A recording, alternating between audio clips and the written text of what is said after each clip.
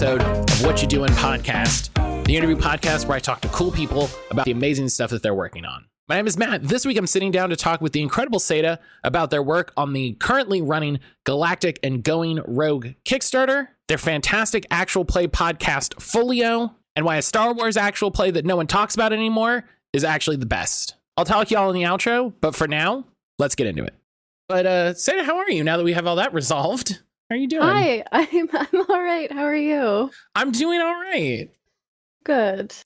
The joy of doing this podcast is like, oh cool, I have an interview scheduled. This is so great. Oh god, I get to stress about it for an entire week. It's fun. It's a fun thing that I've done to myself.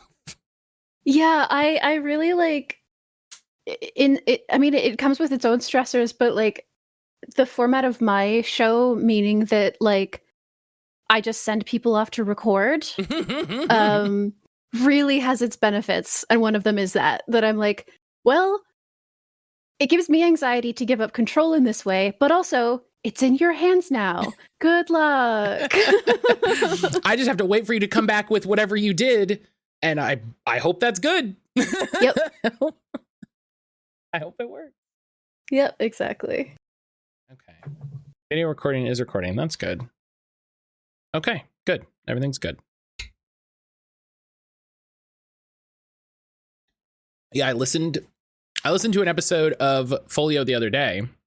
Mm-hmm. I know I say this to everybody.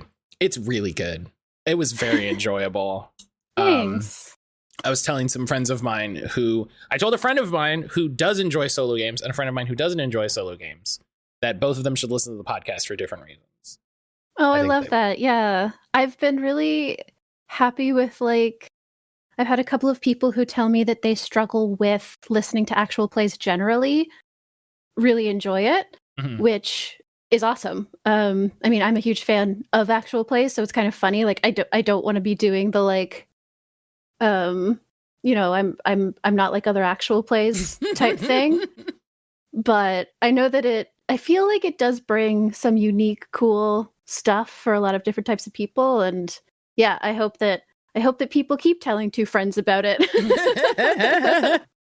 That was my main driving force behind starting the podcast, was the idea of like telling two friends and they'll tell two friends and they'll tell two friends, is the idea of just like, well, I'm going to get the person who made this cool thing and we'll talk about how cool it is. And then hopefully you decide that it's cool. And then hopefully it goes on down the line.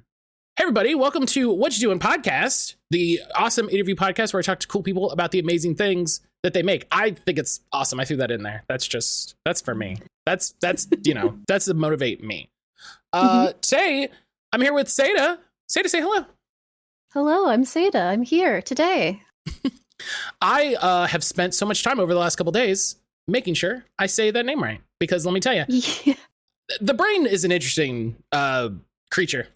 Where you see a word and you decide in the moment the way that it's said, and then you hear it differently, and it's a lot of work to make it go the other way. It is, and I definitely complicated it by the fact that I made it up. Like I named myself when I was young, and when I was an edgy teacher, when I was an edgy teenager, I would tell substitute teachers, they'd be like, "How do you pronounce this?" And I would say like Satan, but you got scared at the end, like Satah. Because people usually want to say Satah, which I totally get, but that's a helpful little mnemonic, I guess. Like Satan, but you got scared at the end. I'm sure you had a lot of teachers that were just like, what? Yeah, that's definitely a like, okay, we're gonna keep watch on that one type of comment. That's fair. for a moment, I was so invested in you as an edgy teacher. I was just so. I was like, oh, here we go. This is a story. Yeah. No, I mean, my family has a lot of teachers in it, and I'm a lifelong contrarian, and so I always knew that I would never become a teacher. It's like the one thing I ruled out really early. That's fair. So sadly, no, unless I take a real turn, and I will be edgy. I mean, I look like this, so there will be an edge to it. I look like this. I love that. Before we get too deep into it, let's do a proper intro. People know who you are, why, you know, what we're here to talk about. I was going to say why they should care, and that's the wrong energy. Hard pitch. Yeah. Why? Just, all right, tell me. I'm like, all right. Justify yourself. Yeah, all right. Let's take a good step back. Yeah, so I'm Satah. I am a TTRPG editor and occasional designer. I make a podcast called Folio, where I have a couple guests on to play the same solo game as me, just totally separately, and then I weave all of the playthroughs together to show off like different experiences of solo and self-paced games. Technically, the full tagline is solo and epistolary games, but the current epistolary game that I'm recording has been going on for nearly a full calendar year, so I haven't like totally delivered on that promise yet. And I'm also pretty involved in an ongoing crowdfunder at the moment for Galactic and Going Rogue, which is one of the reasons I'm hopping on to talk a little bit about like actual play and stuff in that. And the least relevant in some ways, but also very big thing that I do is a bunch of music. I have a singer-songwriter project called People You Meet Outside of Bars, and an experimental noise and poetry project called Piloting the Animal. You can find all of my work just generally at gaygothvibes.online. And I'm also on Blue Sky at posetachips.gaygothvibes.online. It's very long. I had to register a subdomain to make it as long as it is. It's funny to me. Social media usernames come in two flavors, and it should only be these two flavors. One, your actual legal name. Two, something that is so long and ridiculous to say out loud, it's almost not worth it. Yeah. I've told this anecdote a lot recently because I keep making fun of my Blue Sky username, but as I said, one of my musical projects is called People You Meet Outside of Bars, and I used to play a lot of shows, and I had somebody come up to me and say, at a show, they were like, wow, that was great. I'm so sad that I didn't see you before, but I've seen your posters all over town for months and months, and I never went because I thought you were an improv group. And I'm like, so fair. I would have multiple bands who I played with contact me to be like, we don't know how to fit your name on the poster. And I'm like, yeah, sorry. Good luck. Yeah. Do whatever you want with it. I don't know. That's God. I love the energy of that. Just like, yeah. Yeah, I know. You're not the only one. You could change it. No, I don't think so. I don't think I'm gonna do that. I did change it. I mean, that project, when I started technically when I was a teenager, and I was posting videos on YouTube under Duckies Are the Best Animal. And then because you know what? I was a teenager in the mid 2000s and I had a ukulele and it was very cute. I think if you gave me, I think I would bet you $20. It's like what musical instrument am I using? My channel name is Duckies Are the Best Animal. I would be like $20. It's ukulele. Yeah. And then I released an album and changed it to the somewhat edgier but equally unwieldy People You Meet Outside of Bars. Because I was like, it's, you know, I guess I could take a name change as an opportunity to sort of streamline it, but I'm not going to. I'm going to make it worse. No, don't listen. Don't hide your light under a bushel basket. It's called what it's called. Yeah. Deal with it. Yeah, exactly. I love this. Part of why I started this show and part of why I continue to enjoy doing the show. People contain such multitudes, man. I love it. I love hearing about all of the silly little things people do with their time, all of the fun little ways that they devote their energy, all of the little creative things they bring into the world. It's honestly just such a treat. Yeah. So, yeah. So first, Satah, thank you for being here today. It's always fantastic. So Galactic and Going Rogue is on Kickstarter now. We'll say it here at the top. All the links to everything will be in the show notes. So, you know, links to the Kickstarter, all of that. Should still be live by the time you hear it. It's got a nice, good campaign left.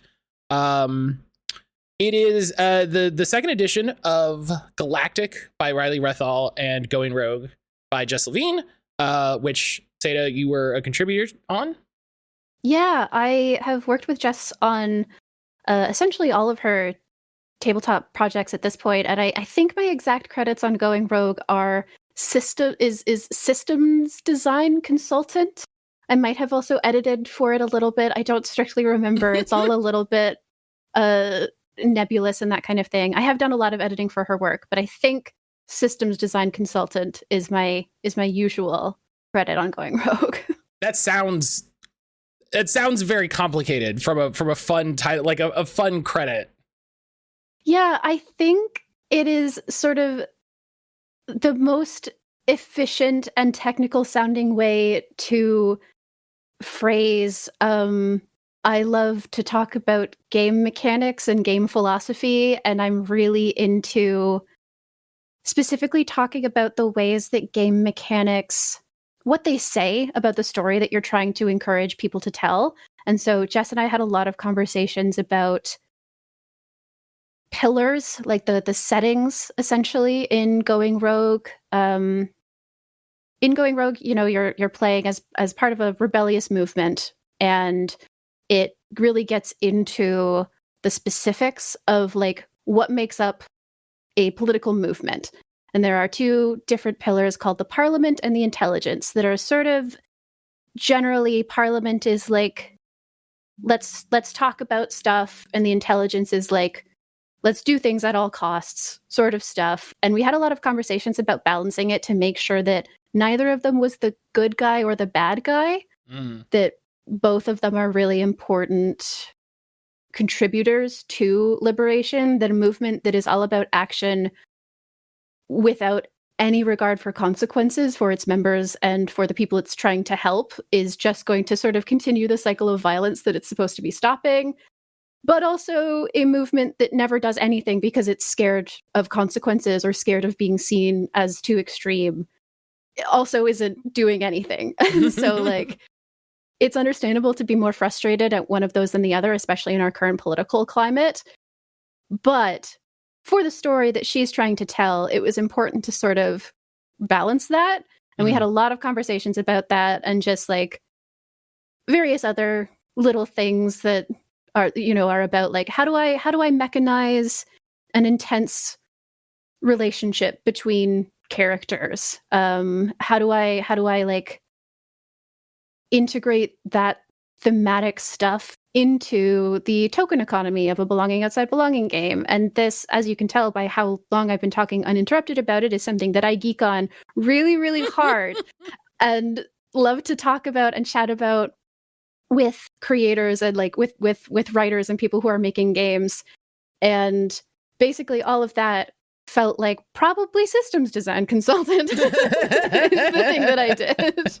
It does sound like the title you get when you do you have it written down. You're like systems consultant. It's like, well, that's system mechanic consultant. No, that sounds too systems design consultant. Does that feel? Yeah, okay, we'll come back tomorrow. We'll see how it is. Yeah, it's very much a like, it's, you throw that on the resume assuming that you're going to have some room for bullet points kind of explaining what you actually did. And that's fine. Yeah, on the Kickstarter, Going Rogue bills itself, and I love this. I had to pull it up to get it exact. Going Rogue bills itself as a game of cynicism, hope, and the ultimate sacrifice, which I think if you look at that book and then you hear that tagline, you might feel a small amount of disconnect, but I think that is mostly due to the art trying to capture a very specific setting feel, and the tagline sort of getting a specific like narrative vibe. It's definitely, I mean, having to like bundling both games together when like, they are both telling Star Wars-esque space operatic stories, but with very different theming, and like having to create something that shows off both of them, I think has probably been a fascinating challenge. I am a distinctly non-visual person, so I'm terrible at understanding the choices that get put into that. But I know that like the team that Jess and Riley have working on the visuals have like really had to hit a fascinating balancing act of like, how do we portray both of these games with very different viewpoints and moods in one thing? Yeah, it's like some sort of big movie box set where it's like, okay, we want to make sure we capture the sort of overall arch, and we want to make sure the definition between these two things is specific but cohesive. And it's a juggling act, I imagine. Yeah, absolutely. I mean, right up at the top, we got to say, hell of a time to watch a Star Wars thing, huh? Like, not only the ongoing BDS protests, but also hot on the heels of Andor season 2. Like, what a weird heaven and hell situation for this sort of project. Yeah, I mean, I know that was partially very much on purpose, just because like Going Rogue specifically is very much inspired by Rogue One. It's how do I tell a Rogue One story? Whereas Galactic is the sort of the broader original trilogy Star Wars movies, I'd say. And so when Jess and Riley were looking to do this, to like print the books together and get them out there, they were like, ooh, what's a fun thematic date that we could tie it to for marketing purposes and that kind of thing. Andor season 2. And then I think there was a little bit of a, Andor season 2 aired in 4 weeks rather than 12. And just, it's, it is definitely an odd time. And also, specifically, I know that it was a complicated discussion about what to do with that when it came to BDS making Disney Plus a priority target. And I think it's great that they're raising a lot of awareness for that cause by being like, hey, yes, this is related to Andor in some ways, and also don't give Disney Plus any money because of this boycott. I know that is a very difficult balance to strike, especially given just everything that is going on in the USA with making things being complicated. So yeah, it's a lot, but it seems like it's going well. And I mean, I have my own opinions on how Andor season 2 went. But a lot of people really loved it, and I hope that it inspires them to check out the games. And I hope that even people like me with some feelings take it as an opportunity to be like, what if I told a story that I liked in these games? Yeah, because that's ultimately what it is about. It's like, what's the stuff we love in this franchise or this genre space? How do we extract the stuff we love and discard the stuff that we don't to tell a story that like we fit into? That's kind of, I think, a lot of the ultimate goal of them. And it's great. They do it really well. And I think it's I mean, I often think that media you don't like is more inspiring than media you do, because it kicks your brain into like, but how would I do that? How would I do this? How do I fix this? So maybe it's good. Maybe it ties in together. That was the exact feeling I had when we finished Severance season 2.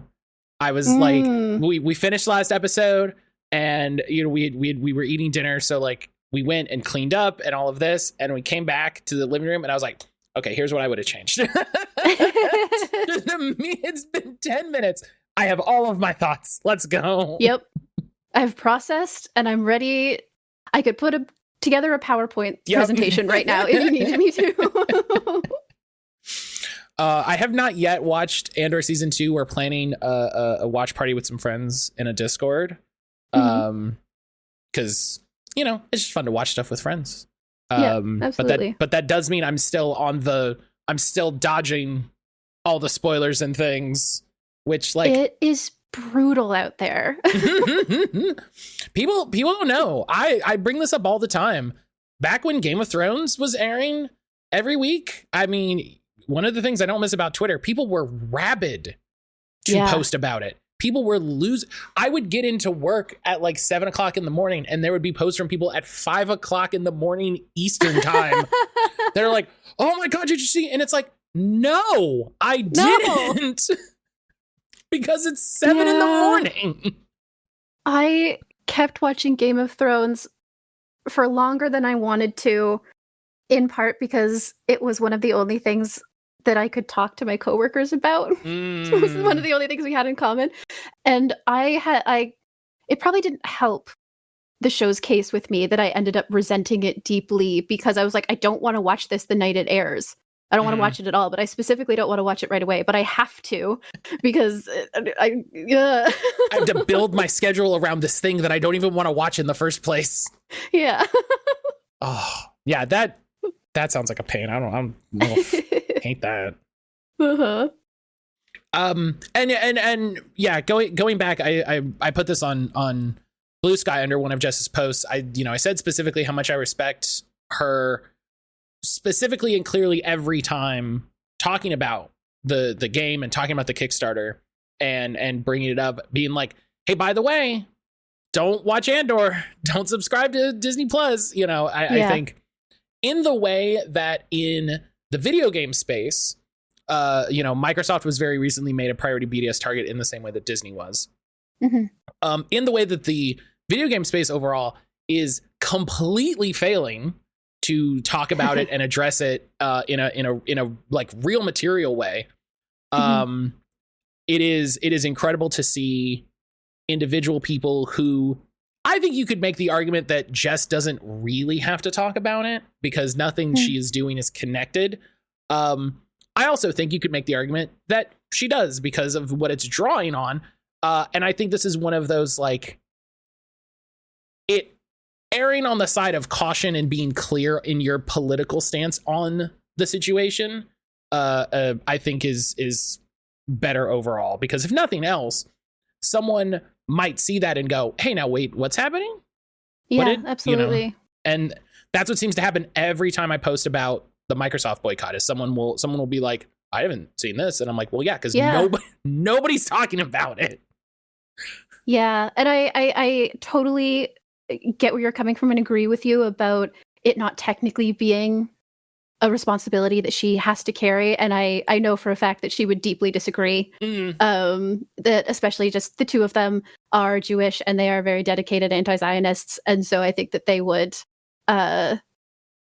probably say that it is a responsibility, and we can quibble forever about what it means to have a responsibility to do something or talk about something and support something. But that's kind of what it comes down to, is that I think that they felt they did. And that's one of the reasons they're so dedicated. And Jess specifically, because she's talking about it so much more, is very dedicated to saying it every single time. And I know that some people get sick of it and they're like, people who are very in a bubble and don't understand that they're in a bubble are like, everyone always knows that. Like, why are you even talking about this? But similarly, I see it every single time people talk about it. There's somebody being like, oh, I didn't know.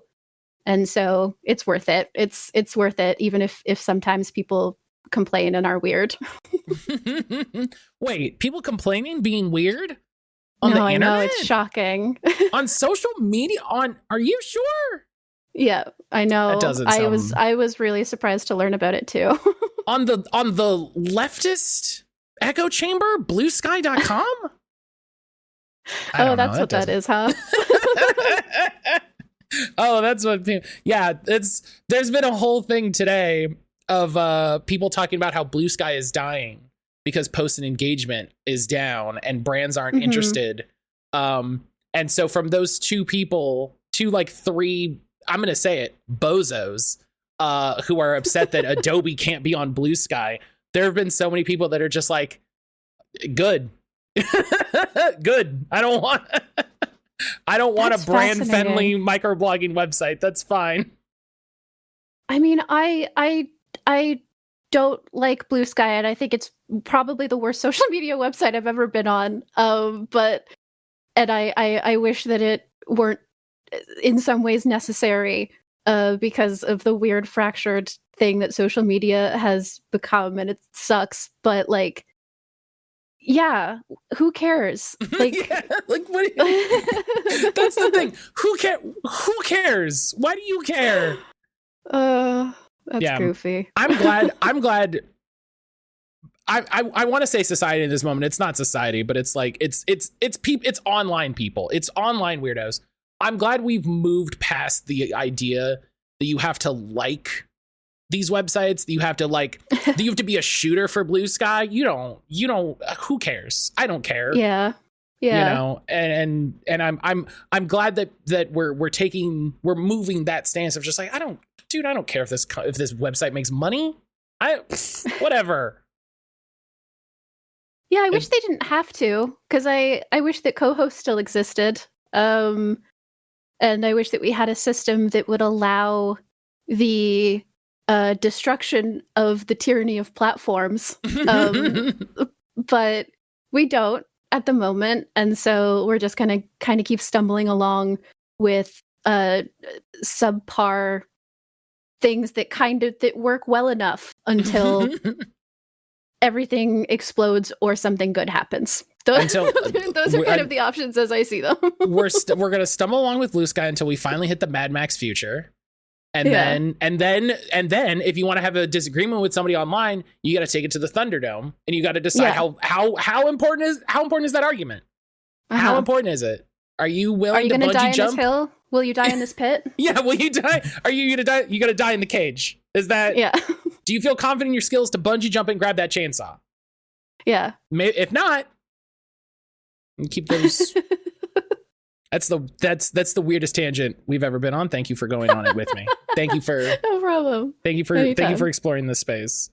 In much the same way, Going Rogue, terrible segue. Going Rogue is so interesting. I really love belonging outside belonging games. I think they exhibit such an amazing mechanical narrative is the thing that draws me to it the most, right? Because I think any game can say, and I feel like this is the thing you're going to get really excited about, because we've been talking for 5 minutes, and I feel like this is perfectly your vibe. I say this all the time. I'm a big system matters girly, right? The game that we choose to play is what informs our story. It's what informs what we care about. Any game can say, okay, we're brother and sister. Okay, cool. We're brother and sister. I'm going to write it down. Whatever. You know, is there a reason that you and I being brother and sister in this game matters? You know, does that make it easier for us to help each other in combat, social, whatever situations? Does that make it harder? Does that make us interacting as characters mechanically easier or harder? Does that mean we have specific mechanical obligations to each other? And that's why I think belonging outside belonging is such an interesting evolution from those games, is because it's like, yes, it does. Specifically, it is interested in you being your worst self and your best self in equal measure. In the moments that you wish you could be your best self, the game wants you to be your worst self. And I think that's really narratively exciting, because I think it's so easy in a lot of games to be like, well, I'm going to be the best character ever. I'll always do all the good things, and I'll be good, and everyone will love me. And I think in a way that, like, there's probably more examples, but for me, in a way that really only Fiasco kind of manages to do, it manages to push you using mechanical like means, like very clear, like carrot on a stick moments of like, but what if, don't you want to go a little nuts? Yeah. Don't you know, in a very clear way that you're just like, but if I got a token right here, then I have a token. And that's great, because I there's nobody that likes to play games that wouldn't be interested in like, do you want a token? You can use a token later. This is how you get it. And I think Going Rogue, the framing of Going Rogue specifically, the internal and external conflicts of the members of the group and the overall, the members of the group, the pillars of the overall rebellion, and then the overall conflict, is so many fun layers of friction. Friction's a word that I'm really starting to love, like specifically. I don't know. This is a lot just about what's cool. This didn't really end in a question. I feel like it's part of, I feel like a lot of that is like baked into belonging inside belonging. Yeah. What is it about Going Rogue, or what is it about belonging inside belonging games that made like that strengthens Going Rogue, that really like pushes those relationships?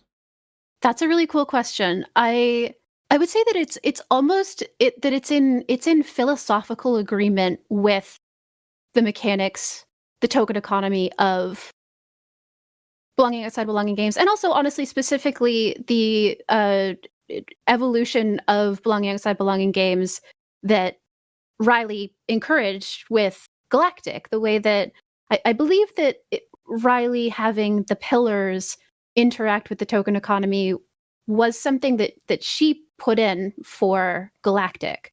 Going Rogue does the same thing, and I think like, as you're saying, the game encourages you to collaboratively make a mess. You gain narrative power by putting yourself in a vulnerable position. It is like you need to see your hero fail before they succeed. This is how characters in movies also gain narrative power, is by even in rom-coms, right? You need to see your love interest stumble and lose their job and spill their coffee on themselves in front of a really cute girl before they get the girl and they get the promotion and whatever. They gain this like narrative momentum by failing, and then it pays off later because they are able to succeed because they have that narrative momentum. And that is the entire structure of a belonging outside belonging game. Fail now so you can succeed later. Or if you're me, just continually fail and gather tokens and never do a strong move ever because it's my favorite thing. And because of that, because this game, this system asks you so much, like, get your character in trouble. You if you are sitting down, in order for you to have a successful game, in order for you to fully engage with the game, you need to be ready to complicate your own life and the lives of everyone at your table, because you also need to know how to play into their negative moves. You need to know, like, if somebody says, okay, I'm going to use my weak move, disbelieve somebody who I should trust in a conversation with you, you have to play into that. You have to be like, okay, let me give you a reason to trust you. Let me react properly to give this the narrative weight that it should have. And because it is a jamless game, you have to complicate each other's lives. And if you're using the pillar moves, the setting moves, a lot of those are about setting up problems. The most used move in the game possibly is the mandates foreshadow a larger threat and give someone a token. You really have to be at all times ready to have fun making things worse. And I think Going Rogue, in a lot of ways, takes that to its logical extreme. It says, like, okay, you have these characters, they are going to die, but they're going to succeed. What does that mean? Like, what does it mean for, how does it feel for you to play out these characters, knowing that ultimately they're not going to make it out of this situation, but you know, they're getting the biggest token of all time by dying, like the weakest move possible, the most vulnerable thing your character can do, straight up die. Which I should say isn't the only option. Technically, you can escape and it becomes your responsibility to like spread the word to the galaxy about what happened and that kind of thing. But usually you're probably going to die. And so, yeah, the most, like, kill your character. And then the strongest possible move is you did it. Your death secured the success of your mission and bettered the galaxy. And we know that to be true. That is like an ontological truth about the universe. That you have to be in agreement with if you are playing this game as it asks you to. And so I really do think that adds so much like of an extra dimension to the game that would be really different if it wasn't such a collaborative experience. I think that it could work in sort of a standard GM style game. I'm sure that there are a lot of games that explore fate and that sort of thing in a really interesting way. But I do think that it means a lot for it to be something that you are all agreeing to together and then playing out. And yeah, it really is like it all ties together thematically and philosophically from a game design perspective in a way that tickles my brain. I just find it so satisfying. Yeah, there's nothing I love more than everybody having a sheet of unique rules in front of them and passing all the little tokens around to make the story move. That's very enjoyable. It's so good, and it is a much more difficult design space than I think people give it credit for. Because a well-designed this is true of a lot of games generally, but like belonging outside belonging games have to hit this perfect balance of like moves have to inspire you and help you, like lead you to a narrative and work with your play style, but also have to be like broadly applicable in a way that like makes them useful. And hitting that balance is really hard. And there are belonging outside belonging games that I haven't, like I've played a lot of belonging outside belonging games, and there are still games that I struggle with because I feel like they don't provide me with enough guidance. But these games specifically, I think really nail that balance, and just like, it's so satisfying to look at your list of moves and be like, oh, I know exactly what I'm going to do here. I'm going to gain a token for this thing, or I'm going to give you a token because it sounds like you are setting me up to ask a question that's on one of my lateral moves, so I can empower you by giving you a token. It's I genuinely don't remember how I got on this whole tangent, but I like it. It's just the journey of the podcast. You just you find your way. Yeah. I started listening to some of the Going Rogue actual play that that came out recently on the amazing One Shot Network. Links to that will also be in the show notes. I haven't listened to the Galactic one yet. Obviously I'm going to listen to the Going Rogue one first because obviously. But I was so immediately struck by everyone was bought in immediately, and there was like a tension in the audio, like as everyone was talking, everyone was bought in immediately to make it as bad and complicated as possible. And I love it exactly. Austin said at the top, and I rated it to my partner because I'm a big Friends of the Table fan. So, I know what Austin's going to do. And then he said the damn thing. And I was like, okay, cool. We're here for it. He was like, this is a one shot. We need to be as messy and bad and complicated as possible immediately. And I feel like I feel like I felt everyone at the table like straight, like lock in at that moment. I'm just like you were forming Voltron, like, yup, here we go. It is like an unbelievable crew of people. I mean, Jess brought me on to edit the actual plays really early, and me actually getting cast on one of them happened later.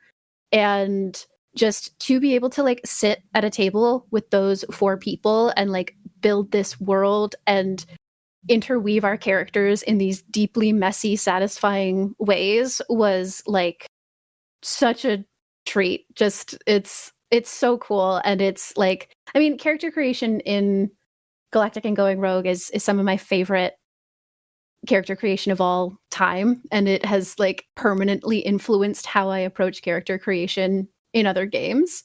And so being able to do that with a group of people who was, as you say, just absurdly locked in to making it, like, to raising the stakes, it's so good and it's so fun.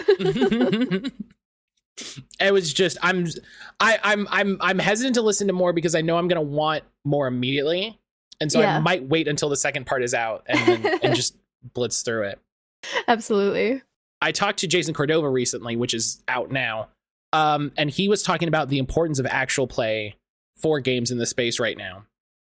Was that a thing kind of early on, as far as you know, in the discussion of the crowdfunding campaign? Was the actual play like, this is a thing we should do as part of the marketing and all of that?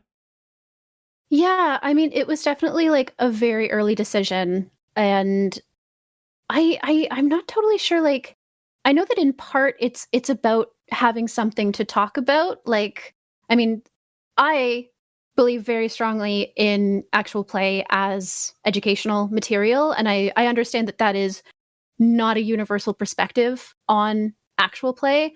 I personally think good actual play, or actual play that I like, makes you better at playing a game because you hear how people talk about what they're going to do, and you hear them make decisions, and it helps like connect neurons in your brain of being like, ooh, here's how I can make different decisions, and here's how I can engage with this game.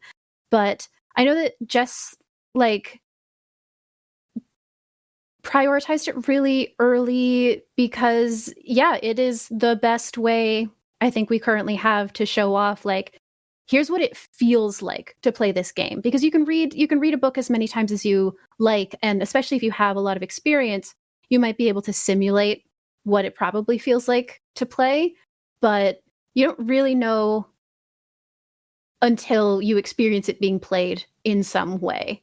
And so that was definitely like a priority. And also it's just like, it's a fun opportunity to like reach out to a bunch of people who have a history with the game. Like on the Going Rogue actual play, Austin Walker and Natalie Watson are both on it, and like they played Going Rogue on A More Civilized Age with Jess, which was like a cool sort of milestone in the game's history. And just overall, this whole project has been this enormous celebration of the game's history, like trying to pull in people like, hey, you were really important in early development for this reason. You did a galactic actual play really early. You, me, literally helped make the game a little bit. Come be involved. And so, like, it's a lot of different things, definitely. And it was, like, such a process to get it together and so worth it, especially now that it's coming out and people are, like, hearing it after like several months of it just existing on my hard drive. Oh boy, it's awesome. I think I kind of forgot that other people would experience it because it's been so long. What a nice thing we did just for me to have. Yeah, that was exciting. What's next? Yeah, I'm so glad we did this. That's nice. I think I agree 100%. Like the actual play is so immediately engaging from someone, I was familiar. I was more familiar with Riley's game, and it's just so immediately engaging to be like, oh, here's a new game. Hey, you know what's cool? These people over here, they played it, and you can just listen to them do it. And there's no shortage of incredible people in the actual play space that would just, if you spend a little bit of time and you get, either the right established group, or you handpick like 3, 4, 5 people, whatever makes sense, you can very easily put together a group of people that will incredibly highlight the strengths of your game and be like, boom, this is what a very good example of this looks like. Yeah. And I know that was a huge priority for Jess in casting, because, there is a galactic actual play and a Going Rogue actual play. And so there's 10 people involved. And I know that she had like this whole list of people being like, okay, who can I see playing really successfully in the sort of like hopeful, slightly lighter tone of galactic versus who could really lean into the like darkness, increased darkness of Going Rogue. And it comes back to sort of what we talked about a little bit earlier about the interesting thing of like trying to showcase these two fairly different games as one unit. There comes a point, I think, where it's like, well, we don't have to. They are different. They're just different. So let's highlight the different strengths of them with who we show playing them and that kind of thing. And I edited both, so I got very intimately familiar with how different both games are in the actual play, and it worked. She nailed it. That's the goal achieved, basically. With the production of the actual plays, was there guidelines, sort of, like after casting of like, okay, here's who we're going to have? Was there a sort of like written production draft or something that's like you mentioned, like highlighting the strength of each game. Like make sure you highlight these mechanics, make sure you highlight these mechanics, make sure you focus on these themes. Oh, only a little bit, in that, like, you know, Jess and I guess, as sort of co-producer, talked specifically with the facilitators. So Jeff Stormer facilitated the Galactic game and Austin Walker facilitated the Going Rogue game. They are GM-less, but those two were sort of the like guiding lights, and then keeping the narrative flowing and that kind of thing. And I know that we, you know, had some conversations just about like, you know, show people that it's GM-less. Tell them what that means. Encourage people to really fully utilize all of the elements in character creation and that kind of thing. And it's one of those things that, like, those conversations were really cool and important. And also, Jeff and Austin both know what they're doing. Like, all of the players are so good and experienced that, like, there wasn't really a lot of guidance needed in some ways, because like, that's the other thing.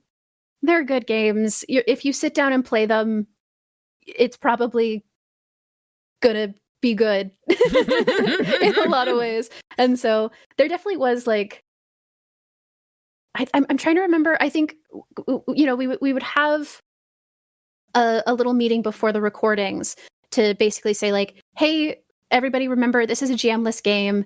You have shared authorship. If you want something to happen, make it happen. Remember that we can do these pillar moves. Remember that you are allowed to take ownership over the space in some ways and don't have to just always defer to somebody, even if there is a facilitator. And then on the, you know, more production side, I would come in and say, hey, also, as an editor, I'm here to make sure that you sound good and that everything that you come across well.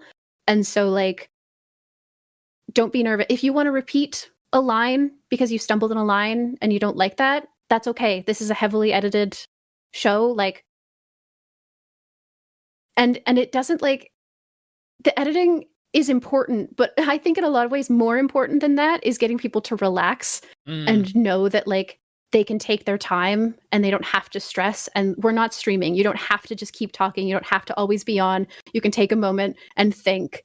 And if it sucks to listen to, it'll get edited down. It's not a problem. Because I think, you know, people who are paying more attention to making a good show than they are to playing the game, they might still play the game really well and it might be a great show, but I think that actual play performers should be able to just focus on playing the game and have the show come together out of that material after. And like, just focus on the game. That's your responsibility right now. We'll take care of the rest, basically. It's a thing I've noticed and sort of remarked, and my partner and I just had a conversation about. We've been watching Devil's Plan on Netflix. Which is great and people should check out. It's a Korean variety show, which I mentioned only because this seems to be the sort of standard, and it's probably a reality show thing also. I just don't watch a lot of reality shows. They will shoot whatever is happening from 15 different angles. Yeah. There will be a camera on every single person, every single contestant. There'll be a wide shot. There'll be like a 3/4 shot. There'll be a side over shot. And what this lets them do, like you said, like the show comes together in the edit. And we were talking about this last night with the episode that we just watched, where it was roughly halfway through. And I had sort of noticed the way that they were building towards, it felt like they were building towards a story. And I was like, I wonder if this person gets eliminated in this episode, because we're seeing a lot of this character. Yeah. At the beginning, we saw a lot of this character talking about how strong he felt and how strong his team was going to be in the game. And then we've seen them kind of fall through this, and we're putting a lot of focus on not like his hubris or his downfall, but like his emotions in this moment. And so I'm like, I wonder if this character gets eliminated because all of that storytelling through the edit, and that wasn't a thing he was thinking of in the moment. You know, he wasn't upset because he was like, I talked all that trash. He was upset because he was losing, you know, and he thought his team was going to get eliminated. And I think in a similar thing for actual play, there's a lot of conversation around what is a good actual play. And as a person who just kind of enjoys actual play, I think there's a lot of right answers. Absolutely. And I think it's one of the situations where it's like the only wrong answer is thinking that your answer is the only right one. I do like in actual plays when they tell you what's going on at a mechanical level, when they talk through their decision making process, and when they say like, I could do this, I could do that, I could do whatever. Because I think that is the strength of the medium versus something like a TV show where the things just occur and you get to see them in sort of the same time that the characters do. In an actual play, you get to see things as the characters do, but then you also get to see, to some extent, all of the alternate versions of that scene. You get to see the scene where they walk back in and talk to whoever, or they leave in a huff and they have a big fight, or you see the scene where they drive off in the car, and that's just interesting. It's just an interesting way to experience a story. That's kind of, that's unique to this sort of medium, this sort of, TTRPGs in general, especially when there are ways that interacting with those other characters are mechanized and incentivized and de-incentivized. And and that's always part of the conversation as well, is like, well, if we get in a big fight and I make an asshole of myself, I'll get a token, and then maybe later I can do a thing because I have a token, or let me do this thing so that I, if I have to roll, I'll fail and maybe I'll get an advance. And all that. I try not to like have too many hard hot takes on this show, just because I don't want anybody to get like, I don't want anybody to feel like my hot take is targeted at them specifically, when 100%, 9 times out of 10, I'm just like, this thing is silly. And I don't mean anybody as an individual, but yeah, I love actual plays when they are edited to the extent that they are not boring. And I think that's a very fine touch, and I think that's different for different people, and it's different for different scenarios. And in much the same way, like I said, like the only wrong answer is thinking that there's a one size fits all. I mean, it's always interesting to me. I think like I've been listening to podcasts for a long time. I got my first iPod when I was working as a hotel housekeeper in like 2008 or 2009 or something like that, 2010 maybe, and started listening to, at the time it was a lot of like alt comedy podcasts and stuff, but then also discovered fiction podcasts and that kind of thing, and actual play for me came a little bit later. And I got into actual play because I love games. I want to hear people playing games. That is what I come to actual play for. If I want a highly produced narrative, I go to scripted fiction. And there are interesting, like improvised fiction is interesting and cool. And just usually I look for it in a different place. And so I definitely prioritize actual play that shows games off very actively. And you can hear it in how I edit Folio, especially, that like, I want it to be good radio, but I'm leaving in table talk, even as a solo game, which often is people being like, I'm not necessarily leaving the entire 7 minutes that somebody spends looking up synonyms of a word to name their corporation or whatever, but I will leave in them saying like, okay, I'm going to go to relatedwords.io and I'm going to look at words that are related to aluminum. Ooh, here's a couple of options. Okay, cool. Here's what I settled on. In reality, that process might have taken 7 minutes and isn't great radio. I'm not going to leave in the whole 7 minutes, but I am going to leave in the thought process, because to me, that's what I want from actual play. And I'm always really curious about, like, there are these conversations about like developing systems for actual play. like TTRPG systems that are developed specifically for the purpose of actual play, that I think like it's an interesting conversation, and I like seeing people talking about it and engaging with it. And it also baffles me in some ways because it feels antithetical to what I think actual play is about, which is like playing the game, like playing any game. And there are some games that don't work for actual play, probably, I guess. That I don't know, but like, yeah, I love games. I love games a lot, and I love hearing people play games, and that is what I want from my actual play. If an actual play edits out a lot of mechanical stuff, it might still be a great story, but it's probably not going to be a priority for me personally to engage with it, because that's what I'm looking for. I want to hear you talk about why you're rolling dice, and then I want to hear you roll those dice and then react to it and stuff. Can I say you hit on exactly the thing that I was talking around and didn't want to say specifically because I didn't want anybody to. I have a very similar feeling around like the concept of designing a system for an actual play, because I think it is, like you said, an interesting conversation. I think it's an interesting experiment, and do it and we'll see. I never want my opinions on things to come across as like, don't do this thing in 100%. These sort of situations. Like, do it. I would love to see what the end result is. I want to know what you prioritize. Like, that's so fascinating to me. It'd be like, what do you think an actual play needs? Like, how are you mechanizing that? Like, what does that mean to you? That is so cool to me as like a line of design thought for sure. But so similarly, I'm like, yeah, go ahead. It could be cool. Once we get to the end of it, it could be cool. But in a similar way, I'm kind of like, I feel like doing that, making a game specifically for an actual play, it feels like you're not putting the cart before the horse. It feels like you're misunderstanding what a cart and a horse are for. Right. And so it's like I feel like we're not, you're taking two things and then trying to put them in such a way. It feels like you're trying to make a cart that a horse rides, but also pulls. Yeah. And that maybe it works. Maybe that's how we invented saddlebags.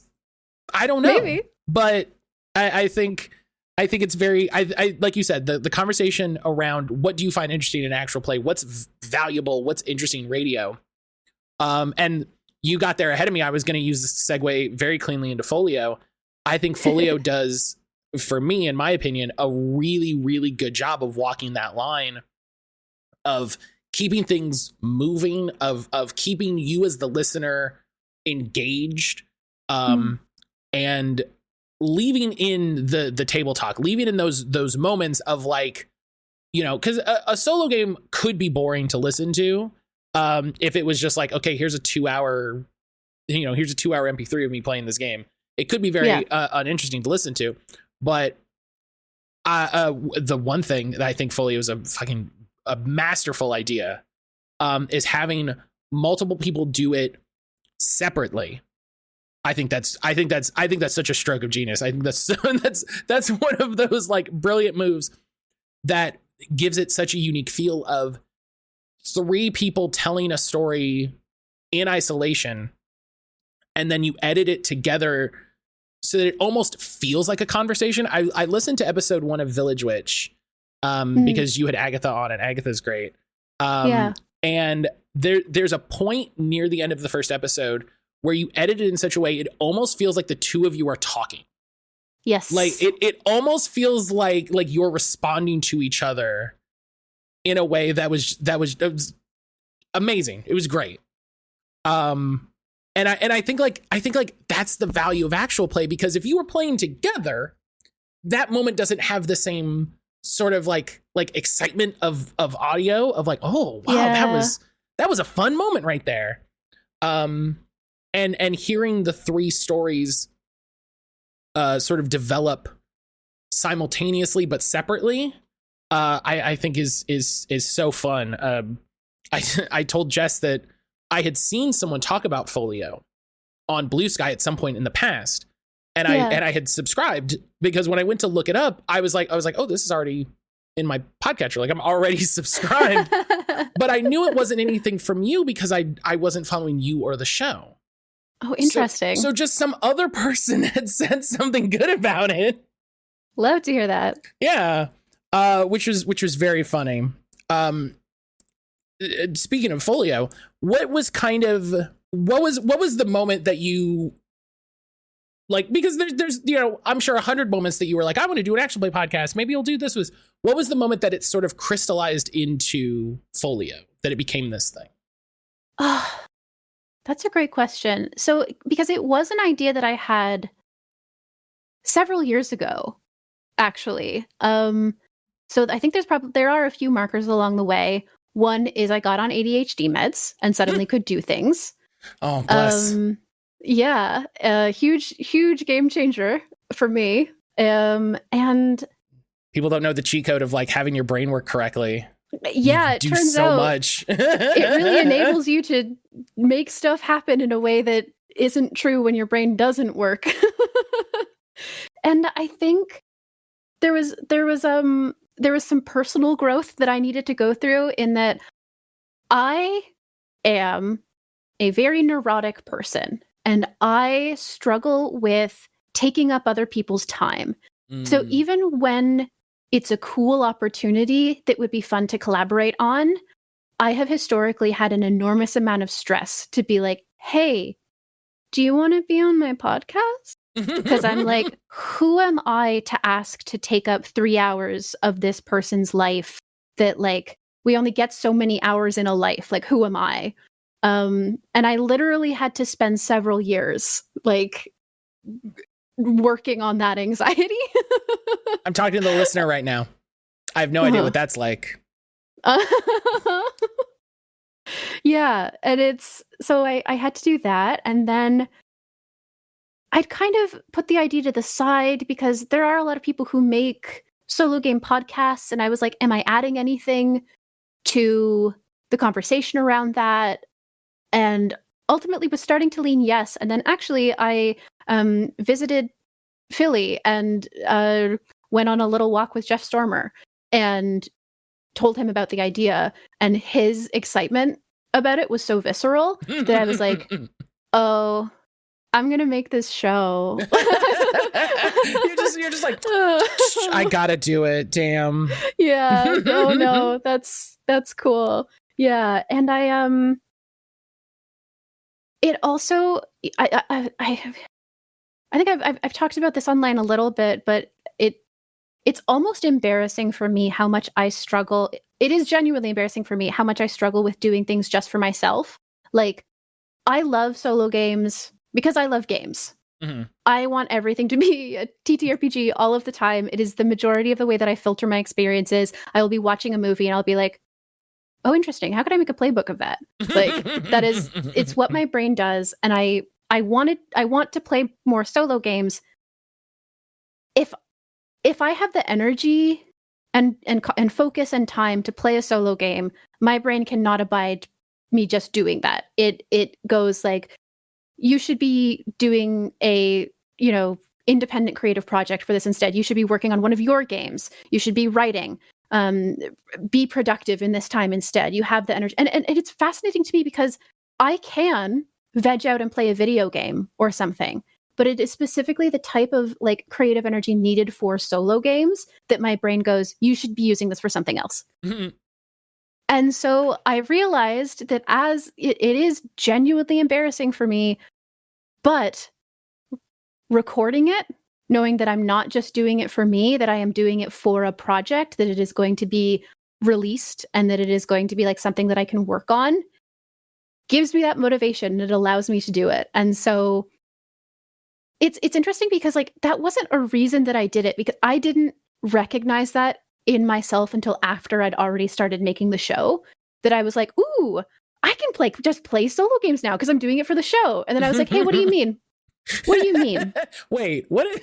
Let's examine like, this. What do you mean Hang you can on. play it now because you're doing it for the show? Like, oh, because it's productive when I do it now. And I'm like, that's interesting. So, but it wasn't before, sweetie. Like, I'm in this tweet. I don't like it.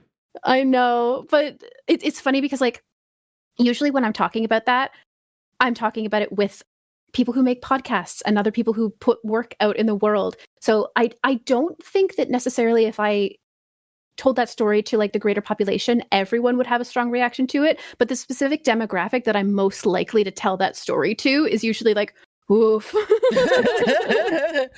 Neuro weird online weirdos, just a whole group of people like, oh no. And I think part of the reason I've been talking so long about this is that what it comes down to is it feels too simplistic to say, but I genuinely just got to a point where I was like, I think this would be cool and good and I should make it. Like, it's not necessarily that much deeper than that. I was just like, this seems like something that I can't find evidence of other people doing, and I think that it would be really cool, and I think that it would make it easier to engage with solo games, which I think are like a fascinating design space. And so I'm gonna do it. And then I just sort of, I think that I put out a call just in a few Discords that I'm in, being like, hey, I have these 5 games that I'm going to start recording. This was like last summer at this point. If you would be willing to play one of these games, let me know. And I give everybody, this is true to this day, I make a little dossier for every game where I just lay out like, here are the sections, like I'm going to give you the game, but also specifically for recording it, here are the sections of the games.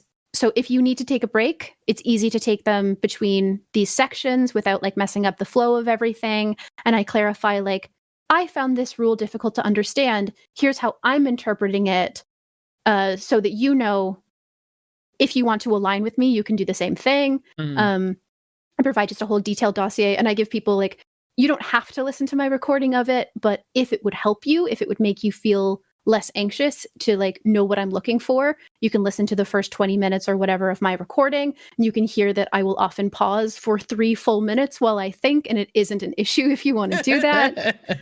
I really try to, because it's something I struggle with, I try to really let people know, like, I'm not controlling their game or anything. Like, I'm not saying like, here's how you have to play, but I am trying to really give people enough information that they aren't scared they're doing it wrong. Because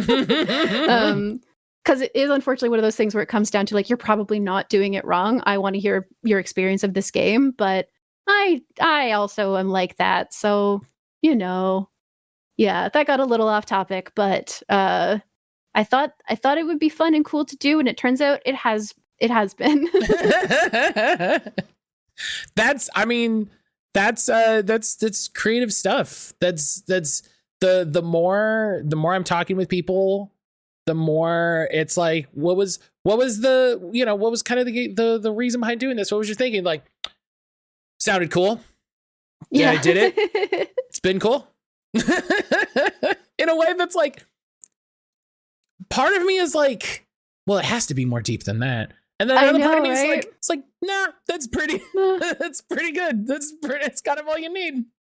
And it's so funny because like, one of the things that you said in sort of the transition into this part of the conversation was you specifically called out how cool it is to hear the playthroughs be in conversation with each other, which is something like I didn't see coming. I recorded the first like batch of episodes, and then I sat down and started editing, and it would have been in the Accomplice series, which was the very first series.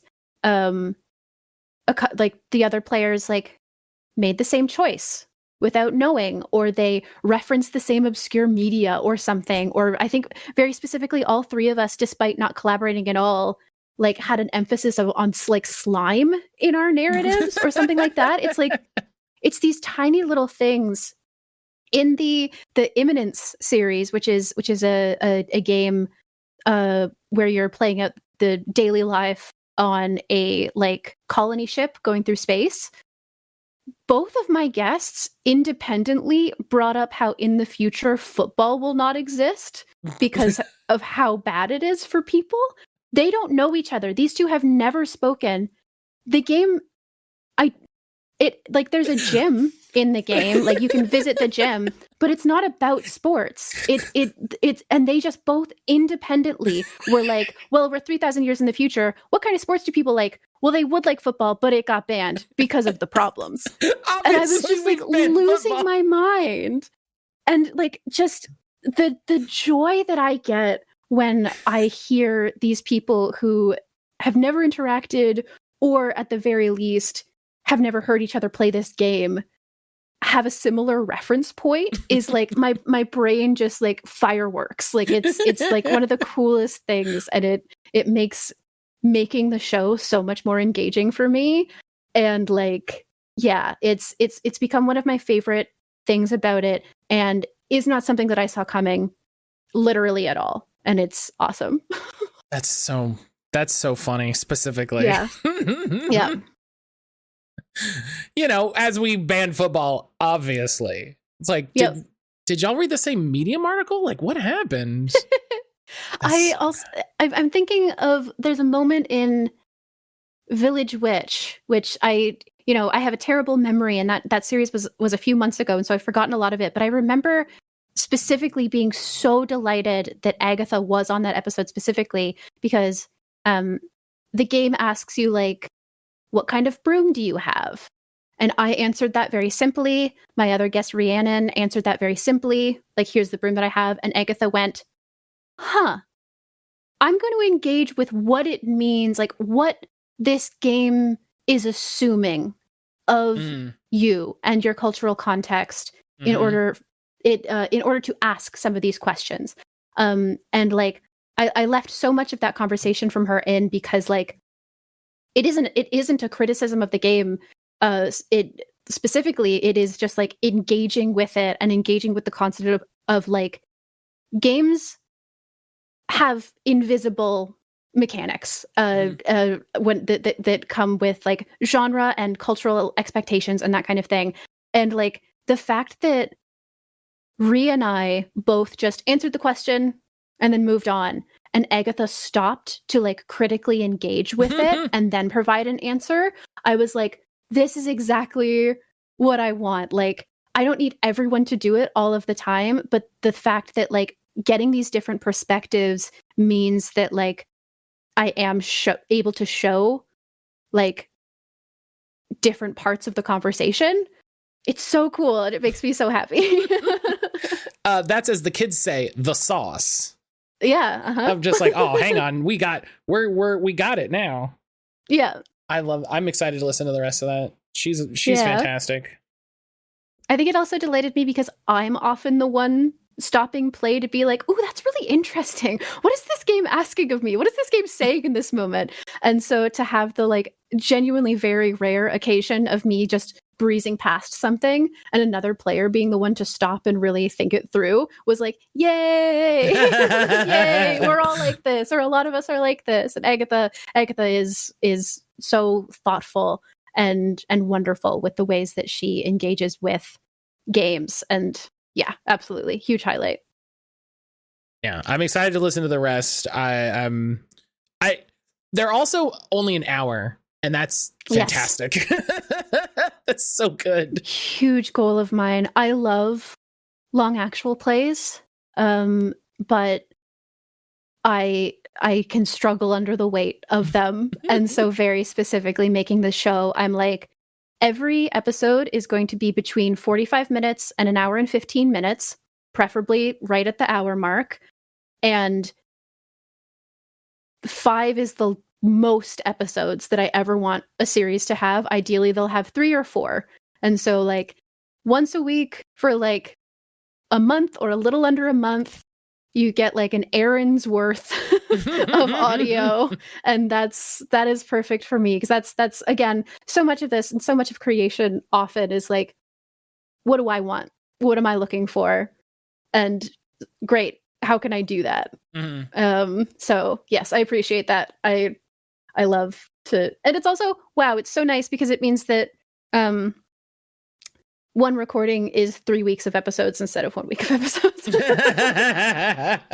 Huge fan of that. That is always good when one segment of work is more than just one. Yep. If That's the smart way to do it. That's what smart people would do. Just gonna take a moment. Let that sit in the air for a sec. Just there's none of this left, but I love you have the classic, like the thing my wife does, just put a bunch of water in a jar, whatever. Did I already put it in the kitchen? I literally only drink out of jars. I often felt like, especially when I was in school, and had to do like Zoom classes, I often felt like I was pranking people because I would have 3 beverages beside me that were all in slightly different jars. And I felt like I was doing a prank show bit where I was like, somebody sees me drinking out of a jar and they're like, okay, I understand that you have a jar. And then I bring a second jar out and they're like, okay, I guess that's fine. And then a third jar enters the mix and it's like, okay, this is a hidden camera show. Yeah, why are you, what's happening here? And I'm like, no, I'm just like this. No, this is just me. Yeah. Listen, 3 drinks is the way to go. We all know that TikTok audio. It's fine. What was your first actual play? Do you remember? Like the first actual play you listened to? Ooh. I suspect it was One Shot. It's hard because everything's sort of it was so long ago that it's genuinely a little bit of a weird mess of things. It was probably One Shot. I know that I listened to a little bit of Party of One in that era as well. And actually, I wasn't a Star Wars fan. And then I don't know why I listened to it. Maybe this is why I think it must have been One Shot first, because I think I already liked some of the performers who were on the Star Wars Campaign podcast. And I didn't know anything about Star Wars when I listened to it. I think that I'd seen the first 2 movies, not chronologically, the first 2 prequels. A girl I was deeply in love with showed them to me when I was a teenager, and then we broke up or whatever happened. And I was like, I'm never going to watch Star Wars because a girl who likes Star Wars broke my heart. And to the point that I once walked out of a classroom where like I was in like a film and theater program, and the teacher like put a Star Wars movie on for us to study, and I left. Like I was like, no. You're like, no. I cannot. I will never. And then somehow I ended up listening to Campaign. And then I was like, wait, do I like Star Wars? And then dudes online were so weird about Rey when The Force Awakens happens that I was like, I'm going to go see The Force Awakens because these guys are so mad about it. And then I was like, oh, I like Star Wars. And then I watched all of the Star Wars, and now it's like most of what it's like something I think about a lot. But yeah, so One Shot, Party of One was in there a little bit. Campaign was a huge one. The Adventure Zone, of course. Friends at the Table. And then I think probably some smaller ones like intermingled in there, but that's sort of the general early arc. It's so it's so interesting because there's so many actual plays now. Yeah. That it feels like there was a moment where it's like, what actual play do you listen to? And it's like, well, there's 5. So these are the 5 that I listened to. Yep. Exactly. Like, I don't know anyone else who listened to the Penny Arcade Dungeons and Dragons 4th edition actual play. Oh my God. Yeah. I didn't listen to it, but I remember it now. That's hilarious. Yeah. Well, that was also when there were like 10 podcasts. Right. Like it was such a big deal that there was a Penny Arcade podcast and that there was a Wizards thing. Yeah. And like it was so early that it was just like, what's happening? Who is what? It felt still forget sometimes that I don't have to explain what podcasts are to people because early on I would be like, yeah, I heard it on a podcast. It's like kind of like a radio show, you know, but like they put them out like episodically online. You can like download them and put them on your iPod Classic or whatever. And I still catch myself sometimes being like, I heard it on a podcast. And that's, nope, you know what a podcast is. Everybody knows what a podcast is now. We're here to record a podcast. I don't have to explain it. 100 years old. God, don't listen. Listen. I say all the time, I'm not actually old, I'm internet old, which is the way I'm just slightly older than most people on the internet. So it's like, yeah, Matt, do you remember podcasts? Like, yeah, dog, I remember freaking I had my big iPod. It was great. There's also just been such a shift in specifically being old online, in that like there are people who now call themselves very online, and they are, but they only got very online like 5, maybe 10 years ago. And that's a very different type of very online than those of us who maybe had slightly premature access to the internet in the 90s. And I understand there are going to be people out there who are like, oh, you're a baby child. I've been on the internet since 1945 somehow. And like, I get it. But I was dropping tweets on Normandy. Like, it's like, okay, yeah. Shut up, Grandpa. Like, it's fine. It is still like, there was 20 years of internet culture that just got completely missed by people who now are so plugged into internet culture. And it does occasionally make me feel wizened. Yeah, I talk about being online, but I know in my heart that I'm not, because like I wasn't on Neopets. I wasn't on, I never played RuneScape. Like I didn't, and these are the activities of very online people. And these are different types of online. These are different grades of online. I played a tiny bit of RuneScape, but I wasn't really a game person, but I was very much on Neopets. For sure. This is interesting to me.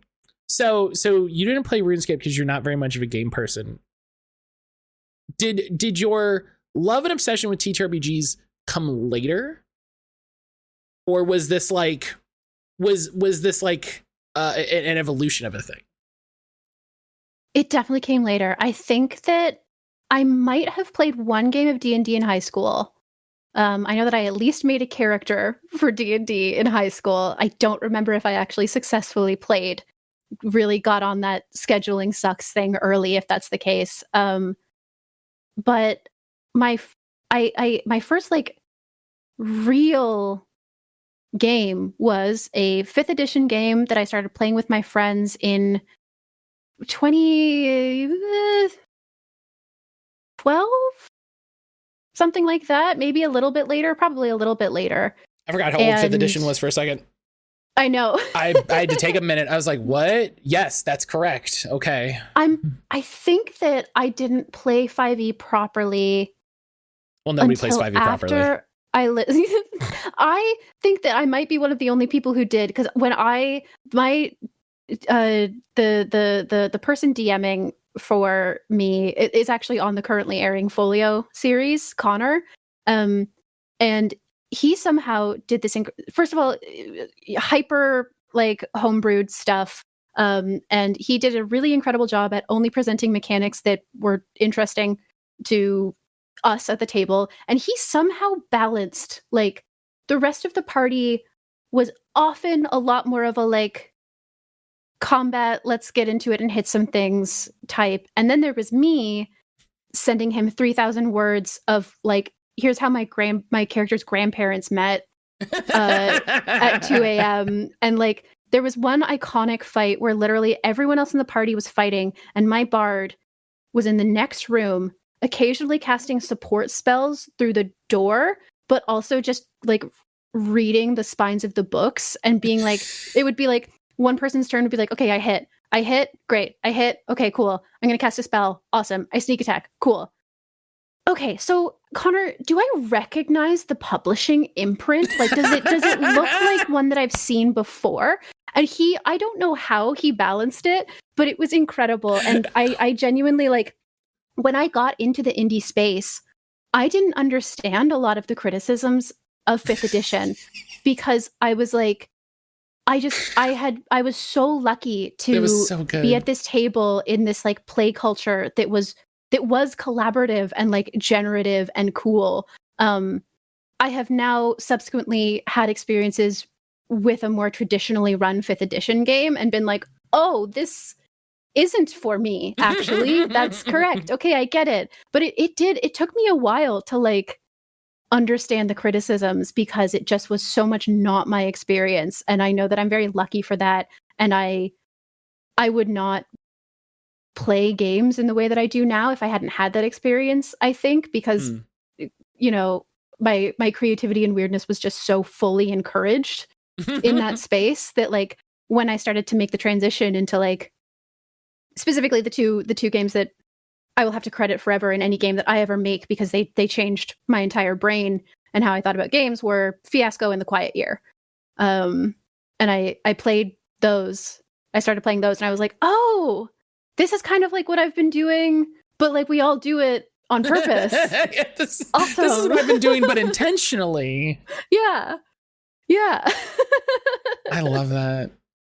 That's and I think you unintentionally got to what I think is the biggest problem about it. I don't argue about D&D about 5th edition online anymore because the large amount of people who will disagree with the things that I say are 5 years ago Satah who are having a great time with the not 5th edition game that someone is running for them.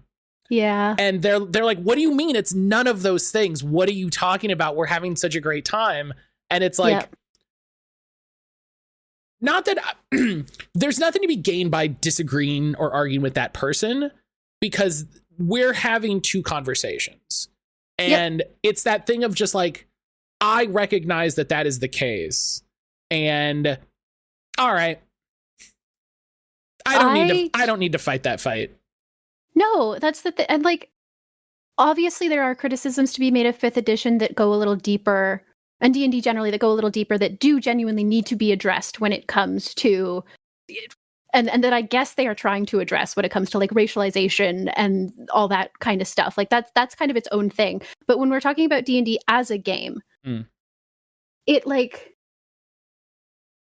I think that generally in TTRPGs, we should be way, way, way, way better at remembering that we all experience this from our own personal contexts.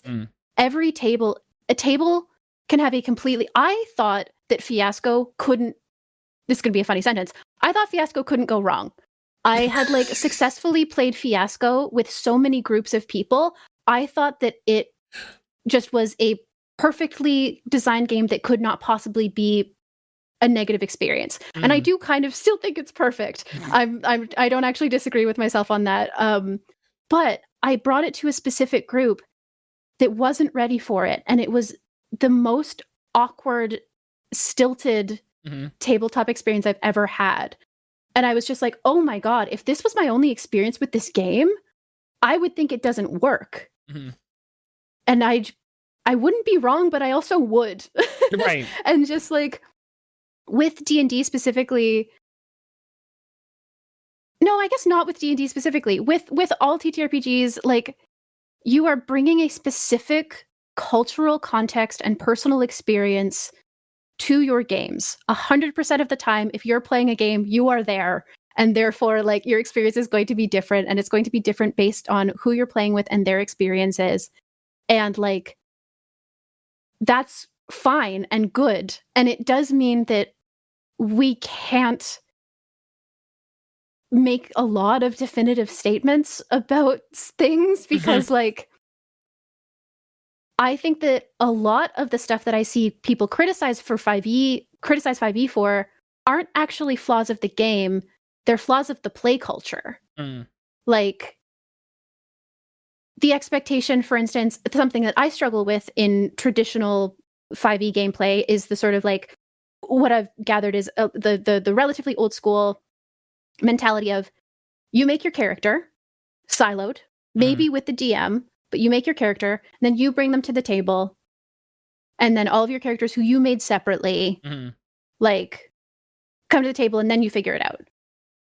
That isn't in the rules. Like as far, unless I'm completely misremembering, fifth edition D&D never says don't talk to the other players while you make your characters. It How to also make your doesn't character. Step explicitly one, tell you go home. Mute everybody, like block your players. Step two, put your phone down, turn it off. Yeah.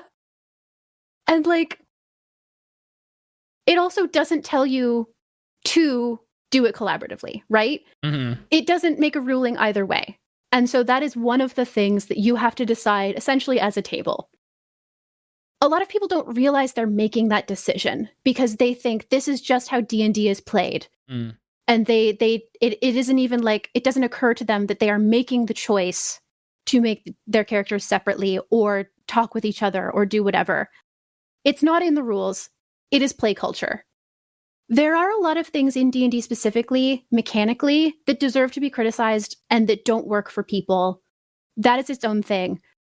But when you're criticizing a game for something that isn't actually in the game, it's just a cultural norm around that type of game. That is a separate conversation, and I think really benefits from being explicitly labeled as such. And it's hard because there are so many bubbles in TTRPGs. You've got your like Reddit OSR, and then you've got your Google Play escapees OSR, and you've got like the NSR and like and then you have your like story gamers that are like also separated into things. And then there's trad gaming, totally different. And then the ways that it overlaps with those things. And all of those groups have their own language and expectations that often don't even agree with each other. And so even people within those groups, you see this a lot in conversations about OSR. There's just so many acronyms and like terminologies that aren't well defined, and so that's why you get the eternal conversation of what even is OSR, because you will have 5 different people being like, well, this is what it is, and they're all right, and they all think that only they're right. And like, I think that those and then you also have people being like, who are outside of that scene being like, this was me, I was one of these people. I didn't engage with the OSR and NSR scene for years because my only experience with it was dipshit Redditor OSR dudes. And I was like, ew, why would I play those games? Like, the way that they talk about games is weird to me, and like, I don't like their vibes, and so why would I engage with their games? And then I ended up like somehow doing it by accident, basically, and I was like, wait, I love these games. This is so much about the way I want to play. Why didn't I know that? Like, why? And because I just had this like expectation based off of my own experiences and the things that I was playing and the ways that I was seeing people talk about games that I decided was true about those games. And I was wrong. And like, well, but also you were right, because those dudes' vibes was bad. Yeah, that's the thing. And it just like, so many of these conversations just cannot go well because they are based fundamentally on misunderstandings of each other's positions. And people are not, as a rule, really great at laying out like, here's an assumption I'm making going into this conversation. This is like a universal thing that people aren't awesome at. And then it gets more complicated when like you're using shared language. And so it seems like you probably have the same assumptions about something, but ultimately you don't, because you're coming from completely different contexts. And I understand that this sounds like very, very broad, and it is in a lot of ways, but it's just something I think about so much because like I love games, and I want to encourage people to like engage with games that aren't what they would normally do and that surprise them. And like, it just, the conversations around it are often like so much more heated than they need to be. And there's like these huge understandings because people aren't like creating a shared baseline of understanding before just kind of plunging into this really emotionally heated conversation for some reason. And I have a lot of feelings about it, obviously. Play culture is separate from rules. It is important, but it's also different, and they have to be talked about differently. That's, I guess, the sum up of most of what I said there. Reddit bad, rules different. Yeah. Well, and social media helps all of this not at all. I know. You know, it's nasty. In a way that I think like, in the way that like weirdly Reddit is the only one, which I don't know how I feel about Reddit as a social media. That felt weird. But like Reddit feels like the only place where you can post and you can be like, here's a bunch of words. Just here's a bunch of words. And that you could have a discussion in that way, in a way that you just literally can't on any other platform. And intentionally, it's intentional that they do that. And so, you know, when you only have 300 characters, I don't know, whatever it is, you kind of, you know, like you said, like you start with a lot of assumptions. No one is going to start no one's going to be like hot take and then spend 3 posts. Here are all of my assumptions and starting language and definitions. Yeah. Okay, here we go. I think it would be really sexy if they did, though. Just in everybody's bio, you have a Google Doc that you add to. Yeah. And then you can click through and see all of my assumptions, and then we can have the conversation. Yeah. I like the idea of putting assumptions before a hot take, almost like a content warning, where it's like hot take. Okay, here's what I assume. Yeah. That would be more beneficial, because you know, the people that I talk to on a regular basis about TTRPGs, I don't agree with 100% of the time. But we don't have conversations like people end up having on social media, because like you said, even if we don't have the same definitions for things, we've known just through existing in the same space for long enough that this person has a different definition. Like when they say this, they mean a different thing, or they think about these types of games differently than I do. And so they're going to inevitably have a different definition and vibe and feel. And so like when they say something, they're not attacking me, and I don't need to yell about it, you know?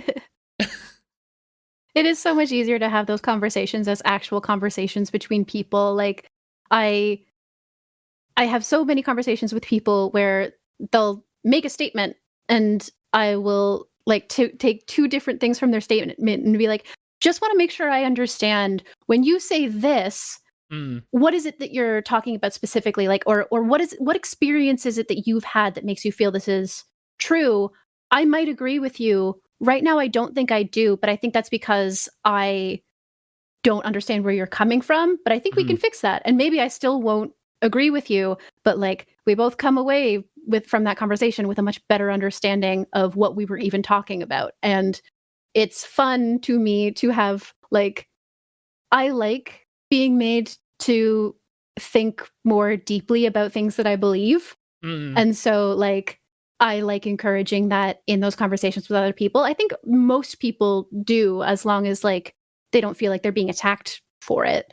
And you have to be able to slow down for sure. And you have to be able to like give people a lot of grace and not assume that you're correct at all times. It's really important to just kind of enter conversations as much as possible with like, you know, the general belief that other people probably basically know what they're talking about, and then just like figure out why they think the things that they do. And it is possible. It's a lot harder if you also want engagement and you only have 300 characters to do it. Shout out to Paper Cult, a forum that, like a very old school style forum that recently had a revival that is all about like TTRPGs and stuff. It like a renaissance of that type of space, that sort of commons, I guess, digital commons, like I think can only be good for the TTRPG scene, and probably for most scenes, probably for most people. I didn't know the forums aren't without their stuff, but I didn't know you're on Paper Cult. That's fun. Oh yeah, I'm kicking around. Occasionally, I remember to talk about folio on there, but not all the time. I'm the one. I have it like pinned so that I don't forget about it. But then I just log in and I'm just like, what's going on? Yep. And then it'll be like 2 weeks and I'll be like, oh, hey, right, what's going on? The speed, it's such a relief to me, the speed of forums, because like, yeah, I will have a busy week or a forgetful week or whatever. And then I'll go in and I'll check out some new posts and I'll reply to a thread. And it's like, cool. I didn't like miss out on everything because I didn't happen to be logged into Discord in the hour and a half that it was happening. It's really nice. Oh, where was that conversation? Oh, like 157 messages back. How much of this do I have to read to have context so that I can reply without hurting someone's feelings or whatever? I miss the very specific online experience I had in college. It was so specific and targeted. I had a podcast. It always comes back to podcasts. I had an anime review podcast that I listened to. And I say review, it was bullshit. You talk about anime. And then I was on their forums, and fairly active forums from like the hosts and a bunch of people who listen to the podcast. And then I was in the WoW guild from this, which was 11 of us. So it was just like, oh yeah, listen to the podcast, come home, troll around on the forum a little bit, like read some websites, whatever. And that was it. That was online. And that was all you needed. And then I'd log into Mumble to raid. Yeah. And we were free. That was an era. That sure was an era. Remember when things were good? No. Yeah, no. It's before Reagan and neither of us were alive, so. We're coming up on 2 hours. I could do the fun way that happens with every interview. I could do this forever. This could be a 6-hour podcast as easily as it is a 2-hour podcast. Absolutely. But you know, out of respect for everybody's time, we're gonna come to a close. The thing I always say I would love to have you on in the future. Thank you so much for your time now. Thank you for coming on and chatting with me and chatting with everybody. This was wonderful. This was really lovely. So we talked at the top about homework. Do you have so for people who don't know, homework is the sort of opportunity for whoever is on the podcast to say, hey, here are cool things that I want you to check out. It can or cannot be related to what they're here to talk about originally. It can just be whatever cool thing they think you should check out in addition to what we're talking about. So, Seda, what do you have for us? Yeah, I specifically want to recommend 2 nonfiction books. One of them was the last book that I read last year, and one of them is a book that I am currently reading. The book I'm currently reading is called Slow Down, the Degrowth Manifesto, which is a book that engages very deeply with the idea of degrowth from for ecological reasons from a Marxist perspective. The author is clearly just a giant nerd for Marx in a way that I deeply respect. And I think that it has a lot of really interesting and cool stuff to say about Marxist thought and what a society that is in collaboration with the environment could look like if we engage with it in a way that isn't capitalistic.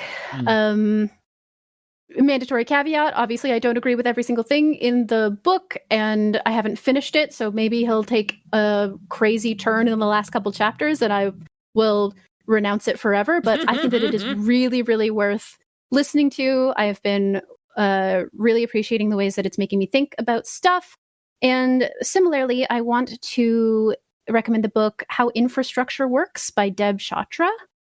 It is a book that also was clearly written from the perspective of somebody who is nerding out really hard about the thing that they're talking about. It's a very different tone. Degrowth is very like understandably panicked in some ways because it's addressed not panicked. I wouldn't say panicked, but it's intense. It is addressing the climate catastrophe that we are currently in, and so it has a very intense tone to it. How Infrastructure Works is much more hopeful and beautiful, and it is as the title says, it's talking about how does water get to you? When you make dinner, if you're boiling a pot of pasta, like, how did the water get into the pot? How does the electricity for your stove get to you? Where was the wheat for the pasta grown? Where was it sent to get processed? How did it end up on your shelf? Where were the tomatoes for the sauce grown? How did they get there? And it just like, it provides this like beautiful, optimistic look at the world of like the ways that we are all connected by our systems of infrastructure, that it definitely like has an ultimate message of like, hey, we need to have some major change if we're going to continue having a planet and a population. But I think that it does it in a way that is so full of joy that it is like a really wonderful read or listen in a way that I found very like inspiring and also just validating for me personally, because it I've never heard somebody talk about the world in the way that is so thoroughly how I understand it. And that was just really what, like, you know, you're walking down the aisle of a dollar store and you look at like the stupidest object you've ever seen and you're like, somebody had to design that, and then like 4 people had to approve it, and then it had to get made, and then like 1 billion of them had to get made, and then it had to come here, and then it probably had to go other places. Why? Who did that? How did that happen? And just like this like weird like interconnected like, oh my god, the world is so huge and like everything is here all at once in every single object. That is something that brings me a lot of joy. I understand that for some people it's a little existentially terrifying. I still really, really encourage you to engage with it. And those 2 books, I think, are a good sort of combination of ways to think about our systems and how they could be good, even though they currently are not. I gotta say, I like the sound of both of those, and I like them in conversation with each other. Like the 2 of them together, I think is a really fantastic combo. Yeah. That's great. I love people recommending books. I especially love nonfiction books. I have not ever read one nonfiction book because the real world is scary and I don't want to know more about it. But I will say how infrastructure works sounds incredibly interesting. I've experienced both of them through audiobooks. I find I can't listen to fiction audiobooks, but I love nonfiction in audiobook form. And I think that it definitely lends a lot to it because you can hear the excitement, basically, especially in how infrastructure works. And it's really delightful. Yeah. Yeah, that sounds good. And then for the end, the surprise question, the 3 question. This is a question I asked at the end of the first episode. I asked the wonderful Star who her top 3 guests would be to have on her podcast, and since then I've always asked the guests a top 3 question that I come up with over the course of the podcast. It's just a silly way to end out the podcast, just, you know, whatever. And okay. So, Satah, your top 3. What are your top 3 favorite Star Wars alien species? Oh,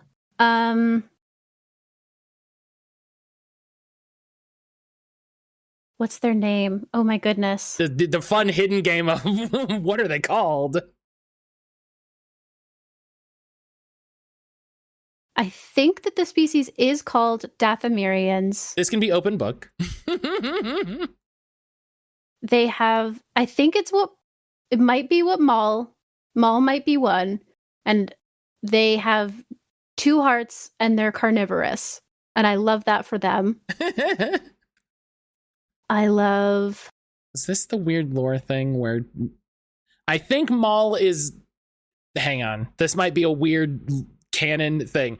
I think Darth Maul is the species that's not a Dathomirian but looks exactly the same as a Dathomirian. I think that you are correct. Because Star Wars. I do love This is the thing. So much of my love for Star Wars came from the campaign podcast. that That's fair. I'm really only thinking of them. Like, I'm like, I love Rhodians because Leanit Gilo.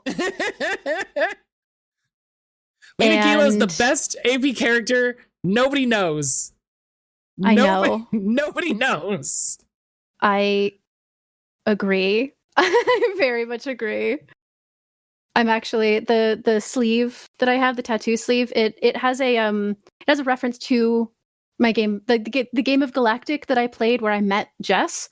There is a reference to that game in my sleeve. I went to my tattoo artist and I was like, I want you to make me this cool sci-fi sleeve. You do whatever you want, but the two things that I want are a droid that is the shape of a skateboard, and I want a tiny Leanit Gilo. And I don't have that yet, but there will be a Leanit Gilo reference in this tattoo. I have done a lot of personal growth to not relate to Leanit Gilo as strongly as I used to, but he was a very important character to me for a very long time. Then you need to get a custom made eye patch armband. Yeah. So that you can swap it as necessary. Exactly, and a wig. The species is Zabrak, and he is a Dathomirian Zabrak. That's right, because there were Zabraks, and there's two different flavors of Zabrak. Yeah. Can you tell I'm also a bit of a Star Wars nerd? I'm so new to it that like my nerdery is like so specific. That's you know, fair. like I'm like I know a lot about this one thing, but it is a relatively like late addition to my life. The power of Cat Cool is making Star Wars seem interesting. The best GM in actual play history? Yes. That is something I very strongly I'll stand by it. There are a lot of really good ones. Like not the only good one, but for my money, the best. I don't know if I love Chiss or if I just love Thrawn. That's fair. That's a fair feeling to have. I don't really know what they've got going on besides creating Thrawn. They're probably terrible because they created Thrawn, but like, I think love whatever that guy's got going on. I don't think there's any other Chiss other than Thrawn. I'm pretty sure I might be totally wrong, but I think that it's one of those things where Thrawn existed and then they had to like they created the species afterwards. Yeah, they made he made Thrawn and then it's like, okay, well, what do we call him? Yeah. It's like how there can be a baby Yoda now. I think isn't what's it? No, I guess he isn't a Chiss. The bounty hunter guy. I guess not, because he's not on this page talking about the Chiss, so. Good to know they're omnivores. That's important information to have. Yeah, apparently this is just something that we know about a lot of Star Wars species. I need to have a lore versus canon super podcast where I just have like folio style. I just have interviews with 20 different people and then we just weave through it. Yeah. I literally I will watch Star Wars or I will read Star Wars stuff and like I will have a moment of like, oh, just like in the campaign podcast. Like, well, I think that might be reversed, sweetie. Like, I think that they probably, that's I think fine. That didn't come from them. That's fine. You live your life. You enjoy yourself. Yeah, exactly. You technically have one more, but you can also have as many as you want. Oh, the secret rule to the top 3 is it's as many as you want. Yeah, I mean, so what did I say? I said Zabrak. I said maybe Chiss, but maybe not. And I'll stick with Rodian because they got those stars in their eyes. That's fair. I think Rodians are solid, just across the board. Rodians are very Star Wars. You can't go wrong. You got a Star Wars thing going on, put a Rodian in there. You'll have a good time. The full truth of it is just that I am so much more of a droid person than anything else that like I just kind of forget. I'm like, well, anybody who isn't a droid is just some guy. And like they all look different and they do different stuff, but like they're just some guy. I love that though. I love the specificity, right? You can't get mad at somebody who like loves a thing. Like how can I be mad that you love droids? Who am I? Yeah. How could I do that? Yeah. on that note. Exactly. I cannot be criticized. Yeah, you can't criticize my love for this. No. So the play culture around Star Wars, that's what the problem is, okay? You know, maybe. Oh yeah, that's a different podcast. There's an argument to be made. Can't. I mean, we could get into it. We can't. Yeah. We can't. No. That's not. We'll have to schedule that This one. You want isn't to the do 6-hour podcast. Yeah. But that's gonna have to be it. Satah, thank you so much again for coming and spending time. Give everybody a quick outro again if for somehow they forgot your super long website name. Yep, absolutely. Yeah. Okay. Satah, they, them pronouns. You can find me on Blue Sky, which, as I've already said, I hate, but I'm on there at poseidonships.gaygothvibes.online. You can find my work generally at gaygothvibes.online. I work in TTRPG spaces doing editing and design and stuff.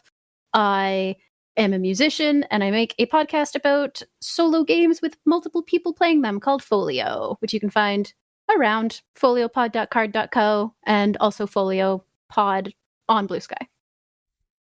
That's fantastic. But that's gonna be it. Say bye, everybody.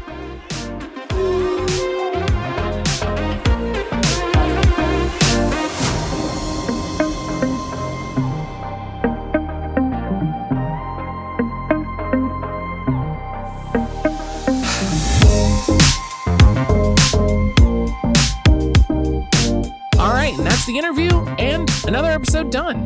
I first want to thank Satah so much for coming on the podcast. Galactic and Going Rogue both look fantastic. I'm so excited about each of them individually as a product. I'm so excited about the actual plays that were put together around them. And they were just honestly such a delight to talk to. As always, you can find all of the links to Satah's various projects, including their music project, People You Meet Outside of Bars, which still makes me laugh, in the show notes. Please check it out. Check everything that's going on. Galactic and Going Rogue should still be on Kickstarter by the time you hear this, unless there's been some massive problem or you're listening to this well in the future. And I urge everyone to go check out Folio. I think Folio is a fantastic example of a very approachable actual play podcast that I think if you enjoy TTRPGs, you should absolutely check out. As always, I want to thank everybody for listening. I've said this before, I love getting the email every week and seeing all of the downloads. So thank you to everybody that's checking out the new episodes, that's listening along. It is, this has been such an amazing thing to work on and see people get really excited about.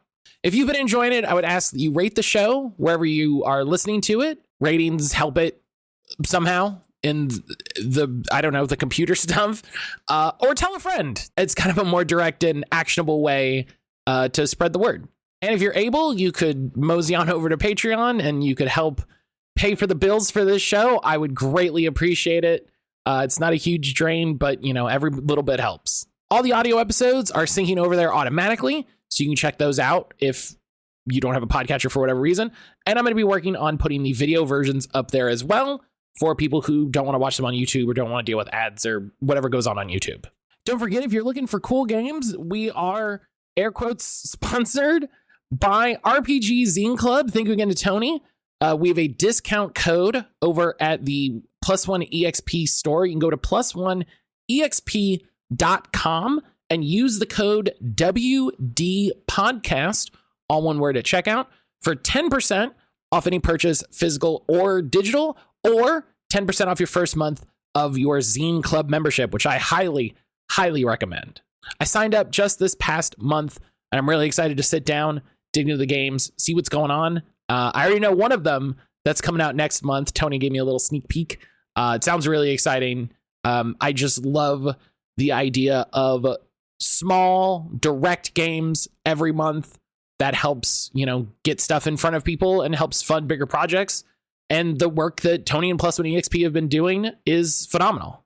So again, that's WD Podcast, all one word, at the Plus One EXP store for 10% off an order or your first month of Zine Club. I have a very busy week ahead of me, so I'm going to get out of here. But as always, I will see you in the next one.